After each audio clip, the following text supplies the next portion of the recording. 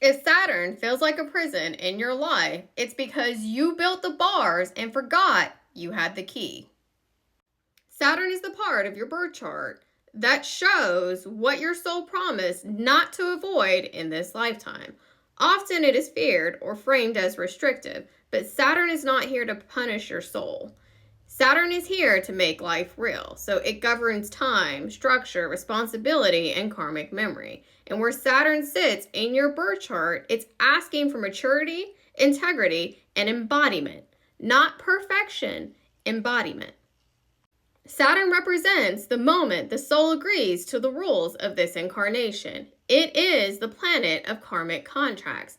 It reveals where your soul said, this lesson will not be skipped again. So an Aries Saturn is learning courage without domination. A Saturn in Cancer is learning how to nurture without control. Saturn in Leo is learning leadership without ego. A Saturn in Libra is learning fairness without self-abandonment. Through the houses, Saturn reveals where life requires lived experience to mature the soul. So in the 5th house, Saturn matures creativity and joy through commitment. In the 10th, it builds legacy and public authority. The lessons of Saturn always return to ownership. Ownership of choices, ownership of patterns, ownership of consequences. And what Saturn builds, it tends to last. And your Saturn in your birth chart has multiple archetypes, because not only do you have the archetype of Saturn, but you have the archetype of the zodiac sign of the house. And then you can also look, okay, what sign is Saturn in?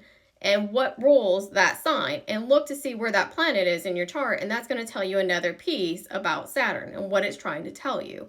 And you're also going to pay attention to aspects. Are they harmonious or disharmonious? Like, what other planets are they speaking to? Because that's another layer of that story. And if you're interested in knowing more, in my profile is a link to Linktree. And there you'll find an article that discusses this topic. And it actually steps through every house and every sign to where you can go and look at it yourself.